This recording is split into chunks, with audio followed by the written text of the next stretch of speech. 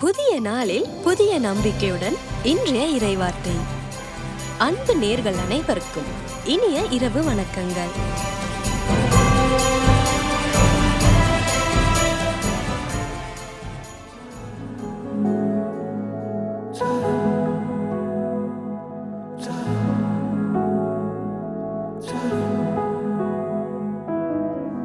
விழியே கலங்காதே,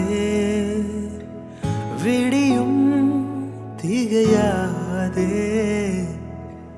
மனதின் வலிமைதானே மறையும் சோராதே. கண்ணீரையும் அவர் காண்பாரே, மனதுருகி அருகே வருவாரே.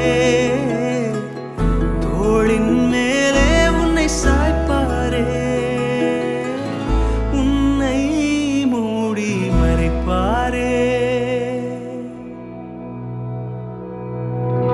மனமே நீ கலங்காதே,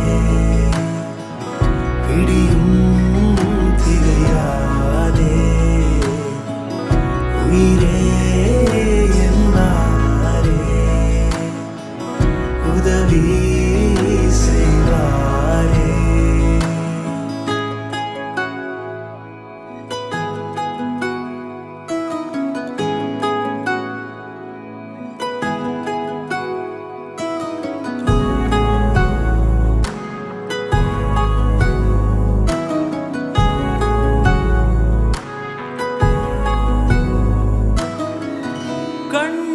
கண்ணீரால் இரவுகளை கடந்தாயோ, உடைந்தாயோ, தனிமையில் துணையில்லையே என்றாயோ, ஏங்கினாயோ. கண்ணீர் துடைத்திடுவாரே, கவலை மாற்றிடுவாரே. விலகாத நிழலவர்தானே, பாதை திறந்திடுவாரே.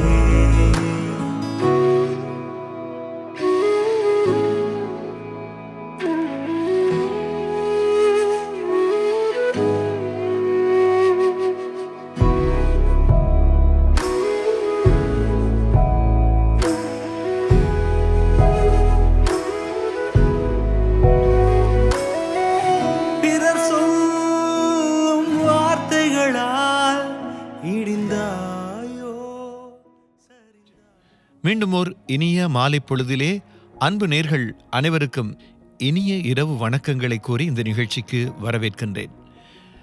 உலக வரலாற்று பின்னணியை பார்க்கும்போது கிரேக்க புராண கதைகளில் பலவிதமான தெய்வங்களை பற்றி சொல்லப்பட்டுள்ளதை நாம் அறிவோம்.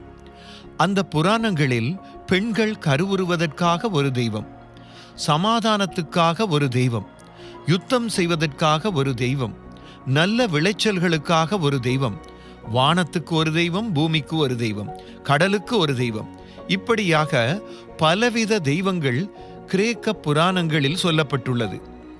அந்த வகையில் ரோமாபுரியில் வாழ்ந்த மக்கள் பலவிதமான தெய்வங்களை வணங்குவதை இயேசுவின் சீடர்களில் ஒருவரான பவுல் என்ற தேவபக்தன் கண்டார். அவர் ரோமாபுரியில் ஏதென்ஸ் என்ற நகருக்கு சென்றபோது அங்கே ஒரு விசித்திரமான ஒரு காட்சியை கண்டார். அங்கே அறியப்படாத தெய்வம் என்று எழுதியிருப்பதை கண்டார்.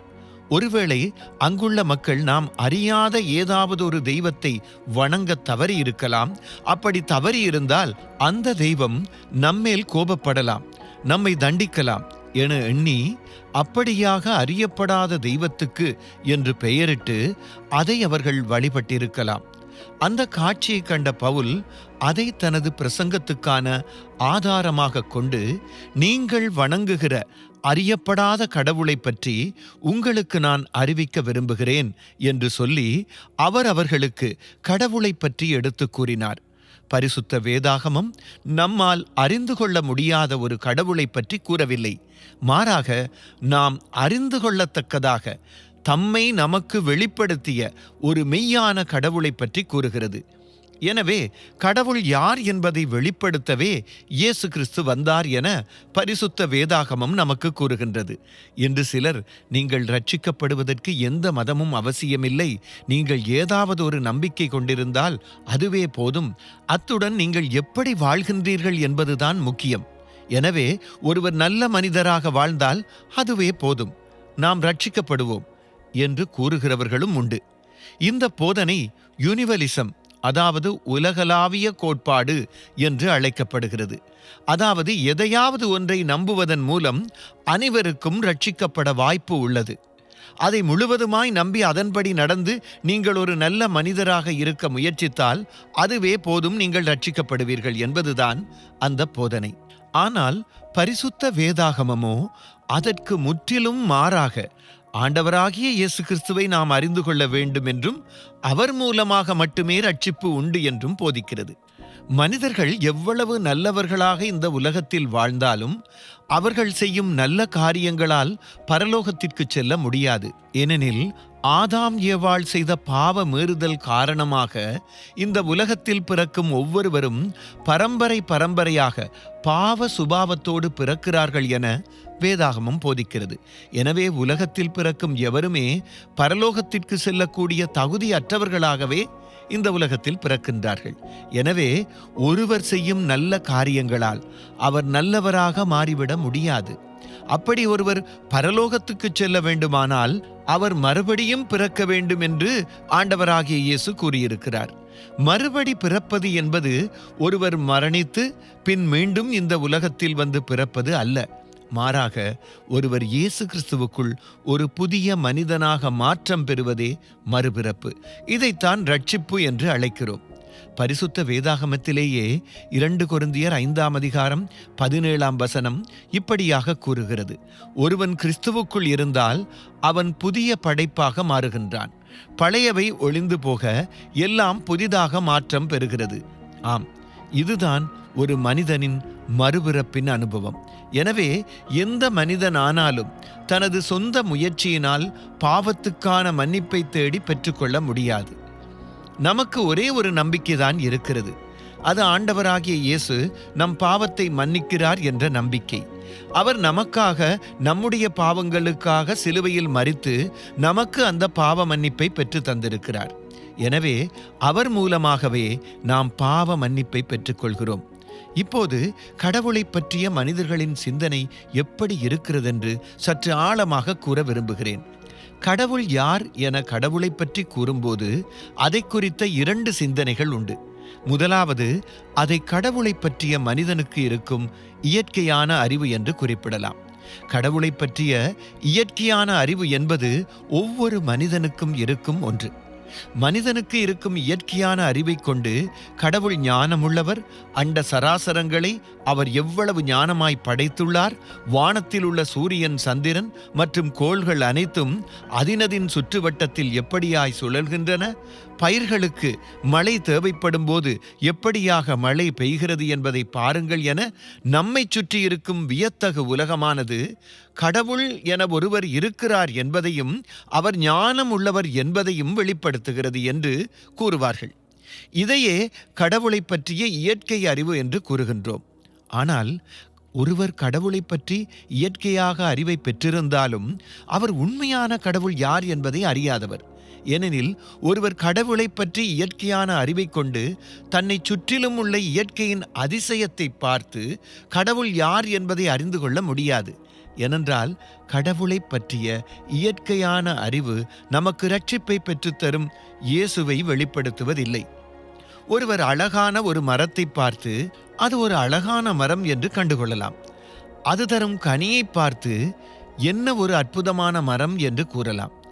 அது எவ்வாறு வளர்கிறது, அது எவ்வாறு வளர்ந்து பெரு விருட்சமாக மாறுகிறது என்பதை பார்த்து அதை படைத்த கடவுள் எவ்வளவு ஞானமுள்ளவராய் இருப்பார் என்று வியந்து போற்றலாம். அதுபோல இடியையும் பெருமழை வெள்ளத்தையும் பார்த்து அதை படைத்தவர் எவ்வளவு வல்லமை உள்ளவராக இருப்பார் என்று அவருடைய வலிமையை ஒருவர் வியந்து பேசலாம். ஆனால் அவை ஆண்டவராகிய இயேசுவை பற்றியோ அல்லது அவர் நமக்காக சிலுவையில் பெற்றுத்தந்த இரட்சிப்பை குறித்தோ நமக்கு வெளிப்படுத்துவதில்லை. எனவே ஒருவருக்கு உள்ள கடவுளை பற்றிய இயற்கையான அறிவு மட்டும் போதாது. ஆனால் ஒருவர் கடவுள் தருகின்ற இரட்சிப்பின் வழியை அறிந்து கொள்ள வேண்டுமானால் அதை கடவுள் மட்டுமே நமக்கு வெளிப்படுத்த முடியும். இதுதான் கடவுளை பற்றி மனிதன் அறிந்து கொள்ளும் இரண்டாவது வழி. கடவுள் நமக்கு தந்திருக்கிற அவருடைய வார்த்தையாகிய பரிசுத்த வேதாகமத்தின் மூலம் இதை அவர் நமக்கு வெளிப்படுத்தி இருக்கிறார். இப்போது நாம் பரிசுத்த வேதாகமத்தை குறித்து பார்க்கலாம். பரிசுத்த வேதாகமம் என்பது கிறிஸ்தவர்களின் மத நூல் என சிலர் நினைக்கலாம். ஆனால் உண்மையில் பரிசுத்த வேதாகமம் என்பது கடவுள் மனிதனுக்கு சொல்ல விரும்பும் செய்தியாகும். இதன் தனித்துவம் என்னவென்று பார்த்தால், இது சுமார் 1600 ஆண்டுகால இடைவெளிக்குள் எழுதப்பட்ட புத்தகங்களின் ஒரு தொகுப்பாகும். இது ஒரு குழுவினராலோ அல்லது ஒரு தனிப்பட்ட நபராலோ எழுதப்பட்ட புத்தகம் அல்ல. இது சுமார் 36 வெவ்வேறு தேவனுடைய மனிதர்களால் தேவ வல்லமையினால் ஏவப்பட்டு எழுதப்பட்ட நூலாகும். கடவுள் அந்த மனிதர்களை கொண்டு தனது மக்களுக்கு சொல்ல விரும்பிய செய்தியை அவர்கள் மூலமாக பதிவு செய்துள்ளார்.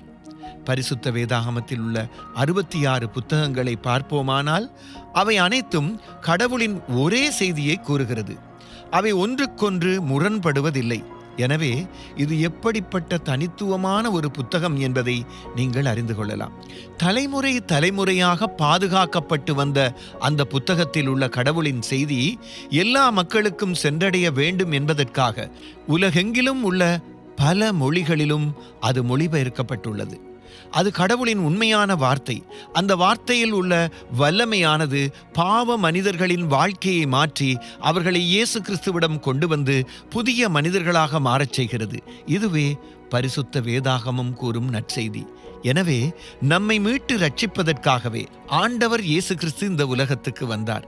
ஒருவர் எவ்வளவுதான் கடவுளிடம் பிரார்த்தனை செய்தாலும், எவ்வளவுதான் கடவுளுக்கு காணிக்கை செலுத்தினாலும், கடவுள் என்னை காப்பாற்றுவார், கைவிட மாட்டார் என நம்பினாலும் அது நமக்கு பாவ மன்னிப்பையோ ரட்சிப்பையோ தர முடியாது. எனவேதான் ஆண்டவராகிய இயேசு கிறிஸ்து நமக்கு இலவசமாக தர விரும்பும் பாவ மன்னிப்பையும் ஆத்தும ரட்சிப்பையும் பரலோக வாழ்வையும் நாம் ஒவ்வொருவரும் பெற்றுக்கொள்ள வேண்டும். அதனால்தான் ஒவ்வொரு கிறிஸ்தவரும் உலகிற்கு சாட்சியாக இருக்க வேண்டும் என்று ஆண்டவராகிய இயேசு கிறிஸ்து கூறியிருக்கிறார். அந்த ஆண்டவர் இயேசு கிறிஸ்துவின் மூலமாகவே நித்திய ஜீவன் என்ற பரிசு நமக்கு கிடைத்திருக்கிறது. என்னை கேட்டுக்கொண்டிருக்கிற அன்பானவர்களே, இந்த செய்தியை நீங்கள் மீண்டும் உங்கள் வாழ்க்கையிலே நிதானித்து அதை மீட்டு பார்த்து இந்த நாளிலே ஆண்டவராகிய இயேசு கிறிஸ்துவை உங்கள் சொந்த இரட்சகராக ஏற்றுக்கொள்ளும் பொழுது அவர் உங்களுடைய பாவங்களுக்காக சிலுவையிலே தன்னுடைய ஜீவனை கொடுத்தார். அவருடைய பரிசுத்த இரத்தம் சிந்துதலின் மூலமாய் எங்களுடைய பாவங்கள் கழுவப்பட்டு பரலோகத்தின் வாசல் எங்களுக்காக திறக்கப்பட்டது என்று நீங்கள் நம்புவீர்களானால், வேதம் சொல்லுகிற பிரகாரமாய் கர்த்தர் நல்லவர் என்பதை ருசித்து பாருங்கள் என்று இந்த நாளிலே ஆண்டவர் யார் என்பதை நீங்கள் ருசித்து பார்ப்பீர்களானால் அவர் தரும் ரட்சிப்பின் அனுபவத்தை நீங்கள் பெறுவீர்கள். உலகத்திலே எந்தெந்த காரியத்துக்கோ எத்தனையோ லட்சம் பணங்களை செலவழித்து ஓடிக்கொண்டிருக்கிற நீங்கள் இந்த நாளிலே ஆண்டவர் இயேசுவை உங்கள் சொந்த இரட்சகராக ஏற்று உங்கள் வாழ்க்கையிலே ஒரு முறை அவருக்கு இடம் கொடுத்து பாருங்கள். உங்கள் வாழ்க்கையை முற்று முழுதாக மாற்றுவார். உங்கள் குடும்பத்தின் சூழ்நிலைகளை முற்று முழுதாக மாற்றுவார். இந்த நாளிலே உங்கள் வாழ்க்கையில் ஒரு விசை அவருக்கு நீங்கள் இடம் கொடுப்பீர்களா? கர்த்தர் தாமே உங்கள் ஒவ்வொருவரையும் ஆசீர்வதிப்பாராக. தொடர்ந்தும் நீங்கள் நிகழ்ச்சியில் இணைந்திருப்பதற்கு நன்றி சொல்கின்றோம். நிகழ்ச்சியை கேட்பது மாத்திரமல்லாமல் நிகழ்ச்சி குறித்த உங்கள் கருத்துக்களையும் எழுதி அனுப்புங்கள். எழுத வேண்டிய முகவரி இன்றைய இறைவார்த்தை, TWR லங்கா, தபால் பெட்டி இலக்கம் 2, புத்தளம். SMS அல்லது வாட்ஸ்அப் மற்றும் மிஸ்கால் மூலம் எங்களை தொடர்பு கொள்ளலாம்.